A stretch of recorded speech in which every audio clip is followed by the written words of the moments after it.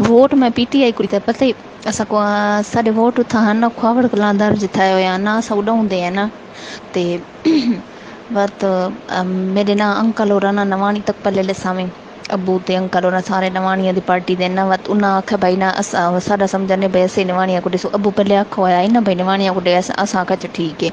बात ना उन्ना पता की नवानिया अपनी कार भेजी है मेरे अंकल उन्ना को आखे उन्ना दा वड्डा बना होया लीडर जिवें होंदा उन्ना दा उन्ना तो टप्पा होया है बस निकम्मा जो रहा उन्ना दे अगू पिछू फिरदा रहा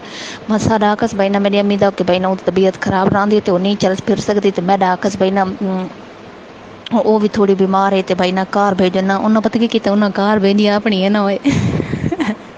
अस उन्होंने कार ते चढ़ के गए तो अगर गए मेरी अम्मी तो बन के पीटीआई को वोट चली है मैं अपनी अम्मी ने लाप अंदर गई हम जो अम्मी जे ना नज़र ज़रा कमज़ोर है वत अम्मी पता नहीं लगता वत जी अगू बैठिया ना वत उन्होंने को मैं ना अपनी अम्मी ने ला वैसा उन्होंने क्यों मैं अम्मी को ना नज़र नहीं आता थोड़ा तो मैं भाई ना मैं को वजन तू सके ठीक है आप जा सकती हैं वत मैं पता कि अम्मी चुप करके खड़ो तो मोहरी मैं आप चलाइए माँ दी सारा को कवर करके ना सही पहले खुश कि मैं मत एडे उडे नथी वजे इंक वह तो मोर ला के ना ते विच अम्मी को आकम फोल्ड करी तो मैं कहूँ डब्बे दे विच वन के तू आप पाई मैं ना उड़े दियां बैठे नो अक्सन पे मैं सारा कम किया मैं ते